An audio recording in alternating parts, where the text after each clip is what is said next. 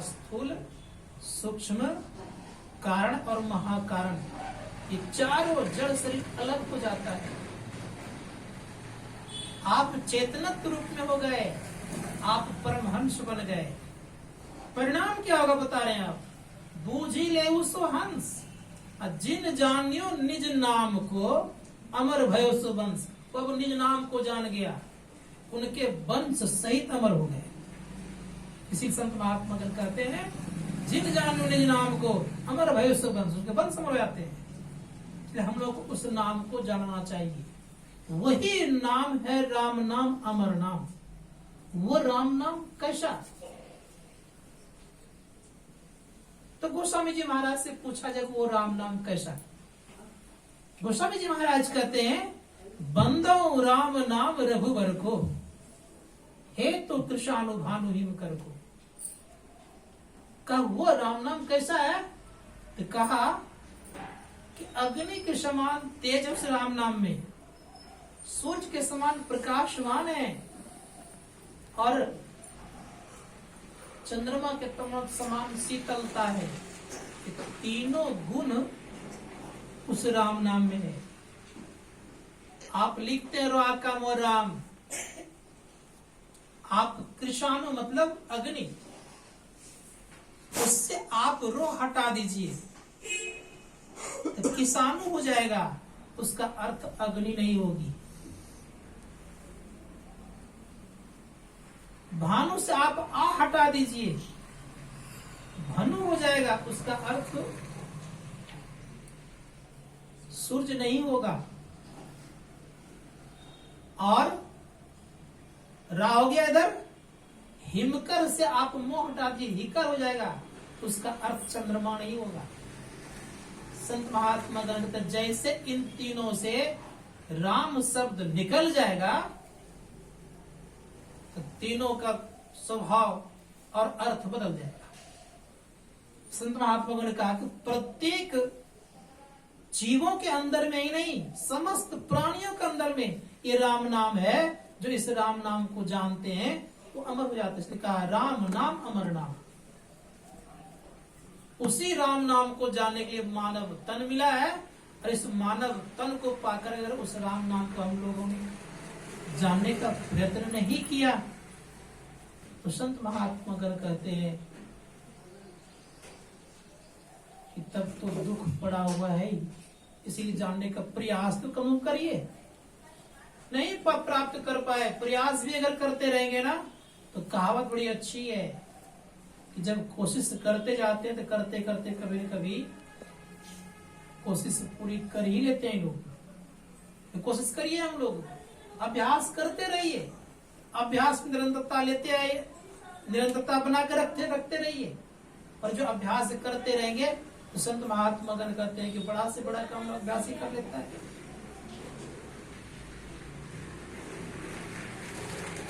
तो अभ्यास रोज करिए, रोज इसी का अभ्यास करिए। किसका? अपने दोनों दृष्टिधारों को जोड़ने का, अब पिंड से ब्रह्मांड में जाने का खेल रोज करिए। और कोई खेल करिए या न करिए, लेकिन यह खेल अगर करते रहेगा तो आप किसी भी अवस्था में करिएगा, घर में हो या बाहर में कहीं भी हो, किसी अवस्था में करते रहिएगा तो आपकी पूजा कहलाती रहेगी, पूजा होती रहेगी आपसे। किसी भी अवस्था में अगर ये खेल रोज करते हैं, आपका पिंड से ब्रह्मांड में जाने का रोज खेल करते हैं, तो रोज आप चाहे हर वक्त करते हैं तो हर वक्त आपके लिए पूजा हो जाएगी। खाते वक्त भी करते हैं उससे भी पूजा हो जाएगी आप। सोते वक्त करते हैं उससे भी पूजा हो जाएगी आप। जहां भी आप इस क्रिया को करना प्रारंभ करेंगे वहीं आपके लिए पूजा हो जाएगी। इसलिए संत कबीर साहब ने कहा, खाओ पियो सो पूजा। तो महापुरुष कैसे थे? खाते पीते तभी पूजा कहलाती थी। गिरह उजाड़ी एक संग लेखो, भाव मिटाओ दूजा। जैसे खाते पीते चलते फिरते अगर ये काम करने लग गए तो गिरह उजड़ जाएंगे आपके। गिरह मतलब खुल जाएंगे आपके, भाव मिट जाएगा। भाव मिटाओ दूजा, दूजा भाव नहीं रहेगा आपके अंदर में। इसीलिए संत महात्मा ने कहा कि जो इस क्रिया को चलते फिरते खाते पीते करते रहते हैं वह व्यक्ति जीते जी, याद रखिएगा, बहुत उच्च कोटि की अवस्था को प्राप्त कर लेगा। इसलिए हम लोगों को प्रयास और प्रयत्न करते रहना चाहिए, इस कार्य में दक्ष पूर्ण रूपेण से होने का प्रयास करें। अब अंतिम बात कहकर मैं विराम देना चाहूंगा वाणी को, कि यह शब्द कहां मिलेगा आपको और कैसे मिलेगा।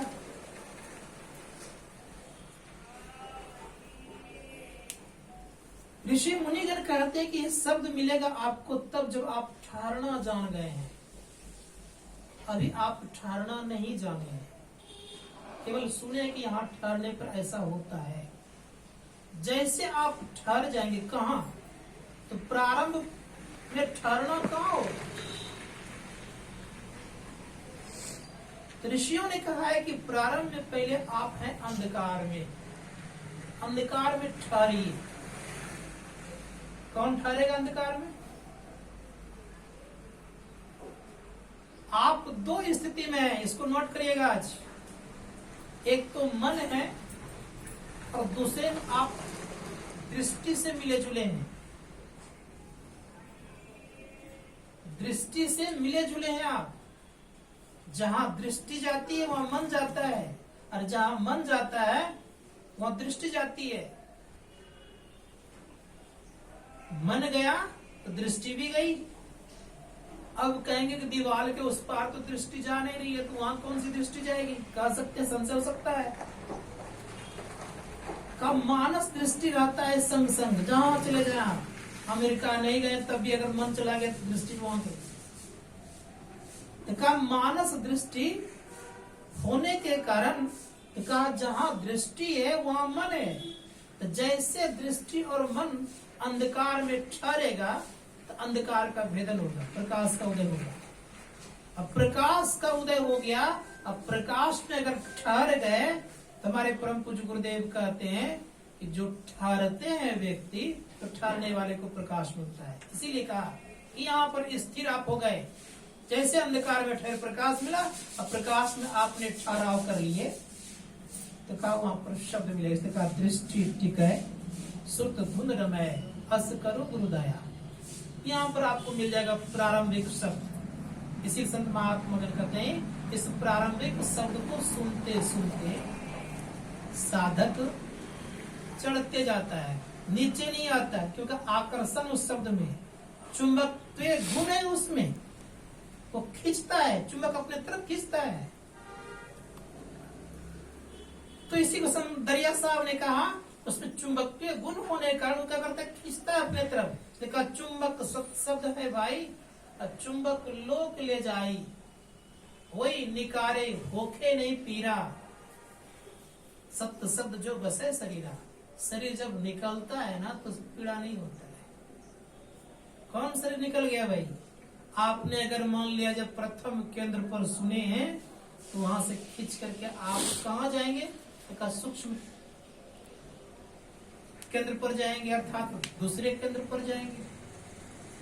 इसलिए शास्त्रकार कहते हैं कि खींचने पर दुख नहीं होगा, अब दृष्टि योग क्रिया करने में आपको दुख नहीं होगा। संत कबीर साहब ने कहा, गगन की ओठ निशाना है।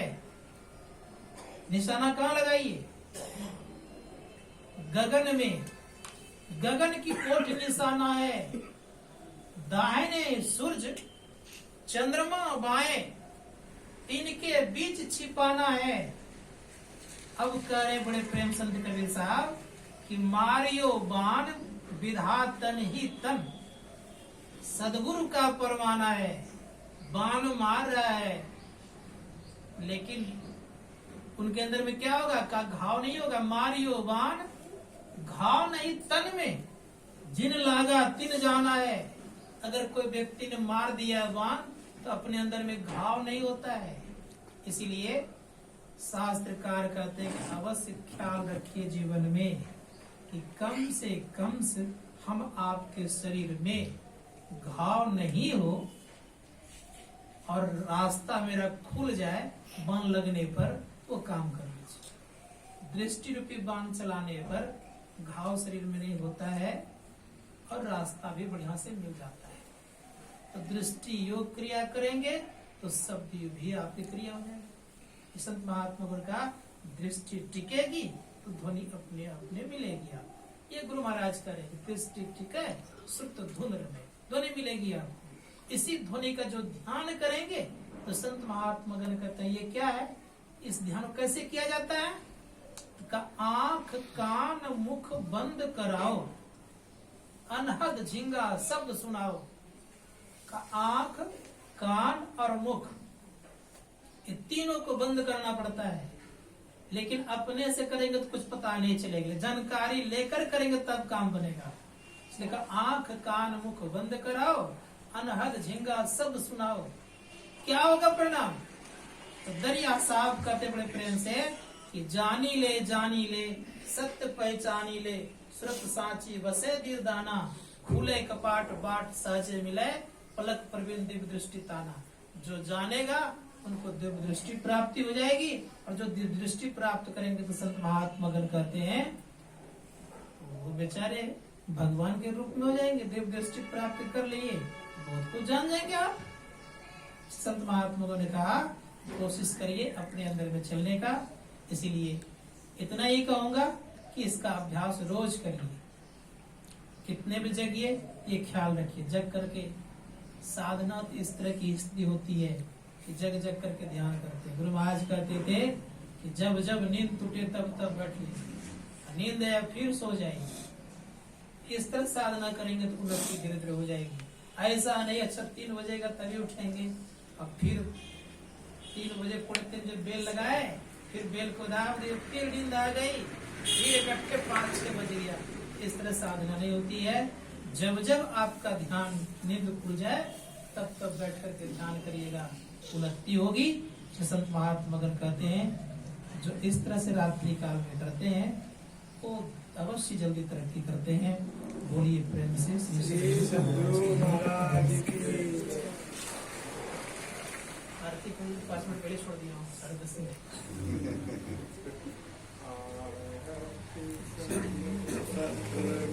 माइक लीजिए, 1 मिनट मेरी बात सुनिए तब आरती कहिएगा। सबों से मेरा करबद्ध प्रार्थना है कि अपने से स्तुति कीजिएगा तो अच्छा लगेगा। माइक से जो करते हैं ना ये क्या बोलते हैं उसको, कौन सी बोलते हैं? नहीं आरती नहीं, स्तुति बोल रहा हूँ।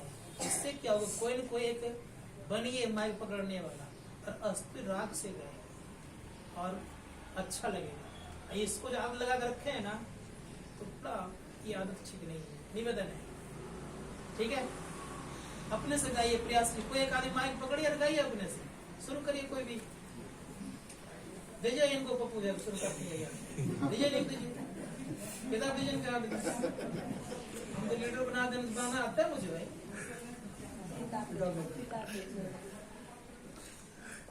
हेलो, इतने पुराने यहाँ सत्संगी सब हैं और आज तक अपने से स्तुति नहीं करते हैं। इसके लिए हमको थोड़ा सा दुख होता है, क्यों नहीं करते अपने से। मैं आज से 5-6 साल पहले भी आया था, वही स्पीकर पर स्तुति होती थी। सुनील बाबू आपको भी करना है, ख्याल रखिएगा। सतगुरु की जय, अंतर ज्योत हो तलक लीजिए, 5 तत्व तन अग्नि जलाई, दीपक चास प्रकाश दीजिए, गगन थाल रवि शशि फल फूला, मूल कपूर कलश धर दीजिए, अक्षत नभ तारे मुक्तार, पोहप माल हार गुहीजे, सेठ पान मिष्टान मिठाई, चंदन धूप दीप सब चीजे, झलक झांझ मन नील मजीरा, मधुर मधुर धुनि मृदंग सुन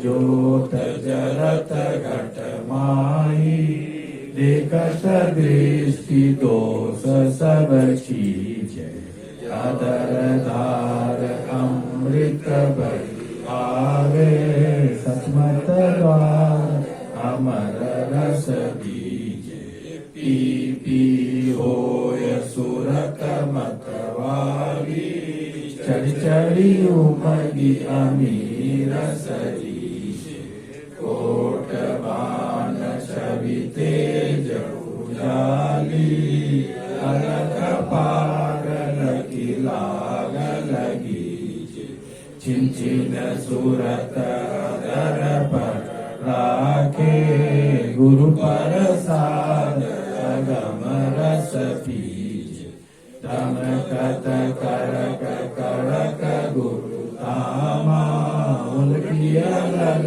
तुलसी तन तीज आरती तन मंदिर में कीजे युगल कर सममुख दीज चमके बिंदु सूक्ष्म अति उज्ज्वल ब्रह्म ज्योति जगमग जगमग रूप ब्रह्मांडा निरखी ज्योति तज दीज सप्त सूरत अभ्यास सरलत करी करी सार सबद गई लीज ऐसी युगति काया कर त्यागी भव ब्रह्म वेद सकल मल शीज भव खंडन आरती निर्मल करिबे अमृत रस पीजे आरती तन